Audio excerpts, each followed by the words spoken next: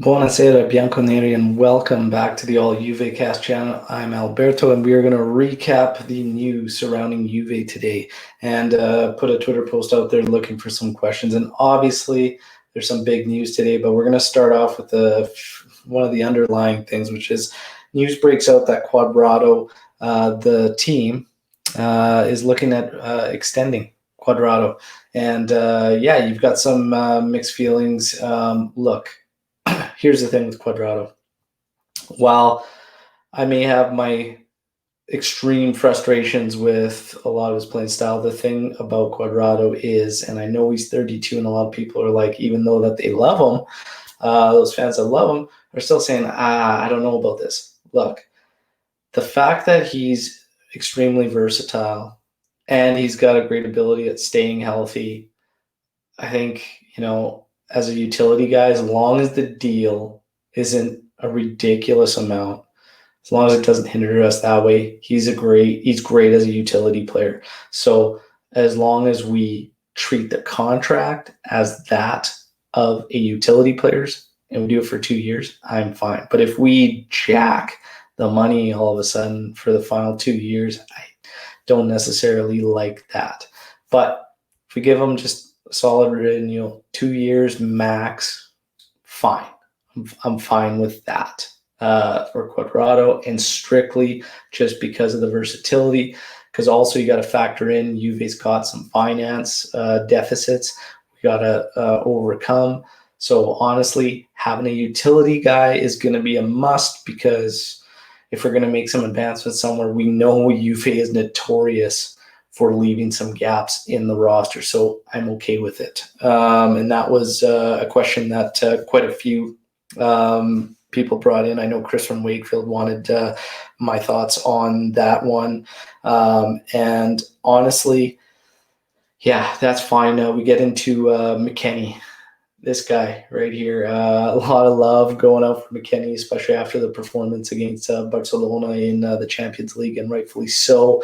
Rumors circulating today that the team is looking to basically work the option to make it a permanent move. And what do you think? Do you think you've seen enough that we need to lock it up? I mean, the deal's right. Honestly, and his value is just going to go up anyway. So I think, honestly, it's perfectly fine. But I really, really like what I see. If it's this quick and we're already talking about making him a lock in the midfield for us, I see no harm in doing it. The deal they made bringing this guy in was right. So, yeah, let's go for it. What do you guys think about making the move permanent for McKennie? I want to hear your thoughts. And then, of course, the big news is the guys behind me, Dybala, Pogba. The swap talk has begun. Rumors circulating that should a deal come through for Dybala as early as January, Juve would pull a trigger if it's the right deal. Then the rumors come out that it's going to be Dybala and Pogba in a swap. So, of course, all the questions, it's that's the big news. Chris from Wakefield talks about the Dybala swap. Lorenzo Olonio has a follow-up question to it that has part to do with my answer, but Hypersonic PhD opinion of the Dybala-Pogba swap. And then Lalo, how can we get Pogba without touching Dybala? And would you be okay with it should it happen? And he put, FYI, I'm against any form of deal combination involving Dybala. He must stay.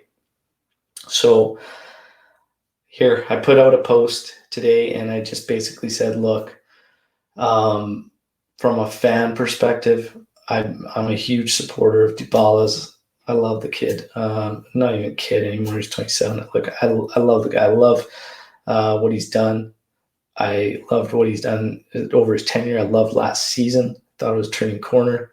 He's struggling right now. Do I think it's going to last? No. But honestly, when you look at everything as a whole, I understand. While it would hurt me tremendously to see Paulo Dybala leave Juve, and it's the last thing I want to see, I would understand it. And the reasons why are simply, we talked about a financial deficit that Juve's in, okay, that they need to overcome. Juve has pulled, as of now, 70 million euro from the Champions League tournament. Okay, so that's going to help. The thing is, in our system, okay, right now, he is on the outs. He's got to do a hell of a lot of work to get up into becoming that one of the first names on the sheets. So when you factor that in, and you factor in us still, in my opinion, needing some form of solid creativity and a difference maker in the middle, it's tough. If you wanted to do this any other way without involving Dybala, it would take several players because of Dybala's value. So when you look at that, I understand it. Okay, it's a way to quickly make a move that you need to move.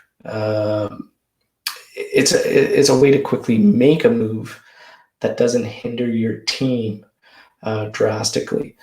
He's got the biggest value. If we try to get a value equal out of moving guys, it would be multiple, and that would make it harder for us because then we're replacing multiple spots. However, the issue with getting rid of Dybala, amongst obviously the obvious things about his desire to play for Juve and being one of those bandieras, the issue with me is if we make this move, we have to pull in another forward. Because Lorenzo touches on it and he asks, should that swap happen? Is Kulusevski, Chiesa, Cuadrado, and Berna going to be good enough for rotation? And in my opinion, no. I don't see that happening. Cuadrado, I don't think is going to get into the rotation up because of what's going on at the back positions. Obviously, you got a couple of guys with questionable health, with injuries at the back there.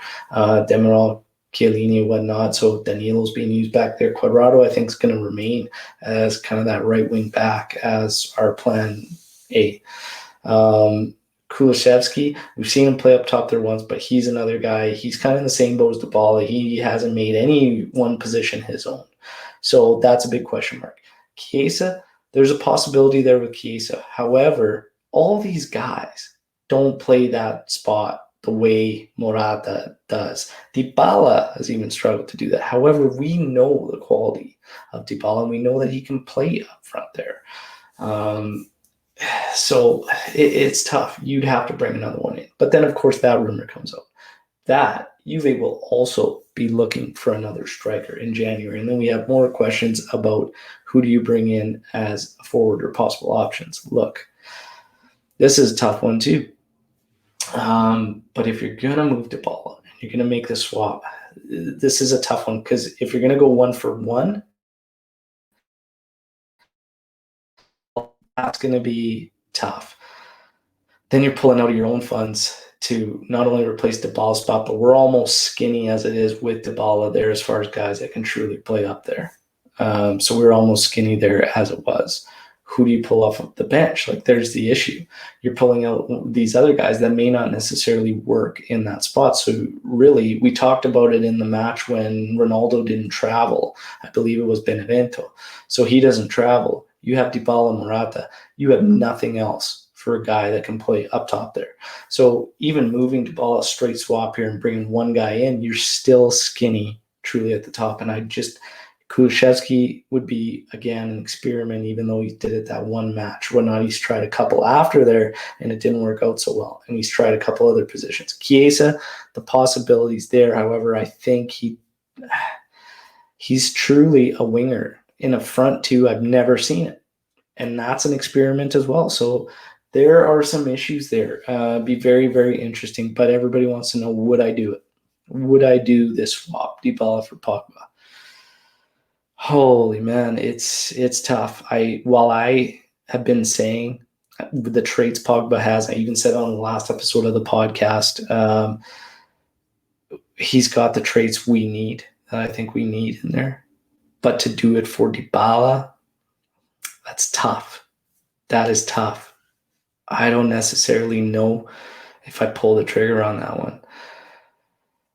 It's too hard to give a yes or no. I mean, the only way I would say yes is if they have something in line for forward. And who as a striker? That's a tough one.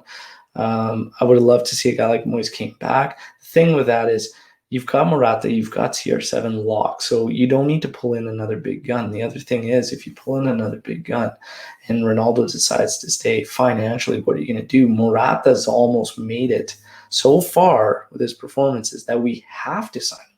So if we have to sign Morata, okay, if he makes it so that we have to pull that deal and you pull in another big gun, you're tying yourself financially up and probably going to leave some other spots hurting.